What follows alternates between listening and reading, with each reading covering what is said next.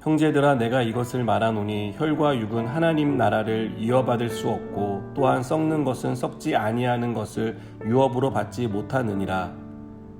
보라, 내가 너희에게 비밀을 말하노니 우리가 다 잠잘 것이 아니요 마지막 나팔의 순식간에 홀연히 다 변화되리니, 나팔 소리가 나매 죽은 자들이 썩지 아니할 것으로 다시 살아나고 우리도 변화되리라. 이 썩을 것이 반드시 썩지 아니할 것을 입겠고 이 죽을 것이 죽지 아니함을 입으리로다. 이 썩을 것이 썩지 아니함을 입고 이 죽을 것이 죽지 아니함을 입을 때에는 사망을 삼키고 이기리라고 기록된 말씀이 이루어지리라. 사망아, 너희 승리가 어디 있느냐? 사망아, 내가 쏘는 것이 어디 있느냐? 사망이 쏘는 것은 죄요 죄의 권능은 율법이라. 우리 주 예수 그리스도로 말미암아 우리에게 승리를 주시는 하나님께 감사하노니, 그러므로 내 사랑하는 형제들아, 견실하며 흔들리지 말고 항상 주의 일에 더욱 힘쓰는 자들이 되라. 이는 너희 수고가 주 안에서 헛되지 않은 줄 알미라. 아멘. 우리는 천국과 지옥과 영생을 믿습니다. 하지만 이러한 단어들은 우리가 지금 살아가는 동안 유효한 것이 아니라 죽음 이후에 유효한 것으로 우리는 여기며 살아가는 것을 봅니다. 그러다 보니 이것이 현실의 삶과는 동떨어져 있다라는 생각을 강하게 합니다. 하지만 천국과 지옥, 영생은 우리의 삶과 아주 밀접하게 연관되어 있습니다. 즉, 오늘을 사는 우리에게 이것은 소망을 주고 새로운 기대를 갖게 합니다. 때로는 회복을 이루는 귀한 역할을 하기도 합니다. 오래전 정기적으로 신방을 다니던 한 집사님이 있었습니다.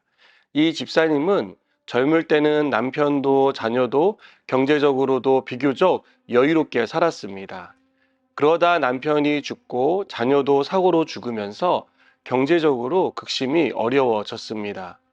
게다가 집사님도 몸을 다쳐 일을 할 수 없는 상황이 되었습니다. 그러다 어느 날 이웃집 사람의 전도로 교회에 출석하게 되었고 복음을 듣고 예수님을 영접하게 되었습니다. 그날부터 이 집사님은 자신이 얼마나 행복한 사람인지를 깨달았다고 합니다. 저는 이 집사님을 신방할 때마다 도전과 은혜를 받았습니다. 집사님은, 목사님, 저는 요즘 너무 기쁘고 행복해요. 예수님이 제 안에 계시다는 것을 생각할 때마다 너무 행복하다라고 말씀하곤 하셨습니다. 또 이 집사님은, 목사님, 저는 빨리 예수님을 만나고 싶어요. 천국에서 예수님과 함께 살고 싶어요. 라는 그러한 소망을 말씀하기도 하셨습니다. 천국에 대한 소망이 이 집사님에게는 먼 미래의 일이 아니라 바로 오늘 내가 삶을 살아가는 동안 이루어지는 그러한 소망이었습니다. 부활에 대한 기대가 있기에 현실의 삶에 얽매이지 않고 천국과 영생을 생각할 수 있었던 것입니다. 저는 가진 것이 없어도, 육체에 제한이 있어도, 현실이 녹록지 않아도 천국과 영생을 아는 사람은 오늘 나에게 주어진 삶에 감사할 수 있고 행복하다라는 말을 할 수 있다는 것을 이 집사님을 통해서 보았습니다. 여러분, 우리가 가진 현재의 육체로는 하나님 나라를 이어받지 못합니다. 현재의 육체는 1차적으로 우리의 몸을 가리키지만 저는 이것을 조금 더 확대해서 생각해 보고 싶습니다. 우리가 가진 건강, 사회적 지위, 재산의 유무, 성공 등이 하나님 나라를 이어받는 조건이 될 수 없습니다. 현재의 육체는 썩어 없어지기 때문입니다. 우리는 현재의 몸이 아닌 새로운 몸, 즉 부활의 몸을 입고 천국에 들어가게 될 것입니다. 바울은 이것을 마지막 나팔에 순식간에 홀연히 다 변화된다라고 말합니다. 이 변화는 죽은 자들이 썩지 않는 것으로 다시 살아나는 것을 가리킵니다.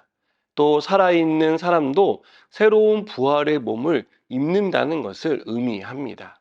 부활은 우리를 두렵게 했던 사망의 권세를 이기는 승리를 가져다 줍니다. 사망이 죄 때문에 들어왔는데 부활하신 주님이 사망의 권세를 이기셨으므로 더 이상 사망은 우리에게 왕노릇할 수 없고 우리가 그 사망에 대해서 두려움을 느낄 필요가 없다는 것입니다. 사망은 우리를 위협할 수 없습니다. 어떤 영향력도 행사할 수 없습니다. 우리에게는 죽음 이후에 천국이 있고 영원한 삶이 보장되어 있기 때문입니다. 이 같은 사실을 믿었던 초대교회 성도들은 고문을 당하고 화형을 당하고 굶주린 맹수와 사투를 벌이는 끔찍한 형벌 앞에서도 두려움에 떨지 않았습니다. 그들의 마음은 오히려 평온했고 천국을 향한 소망을 가지고 부활에 대한 기대를 가지고 그들은 그 어려운 형벌들을 묵묵히 감내했고 기쁨으로 맞이했습니다. 사랑하는 여러분, 바울은 58절에서 그러므로 내 사랑하는 형제들아 견실하며 흔들리지 말고 항상 주의 일에 더욱 힘쓰는 자들이 되라. 이는 너희 수고가 주 안에서 헛되지 않은 줄 알미라고 말합니다.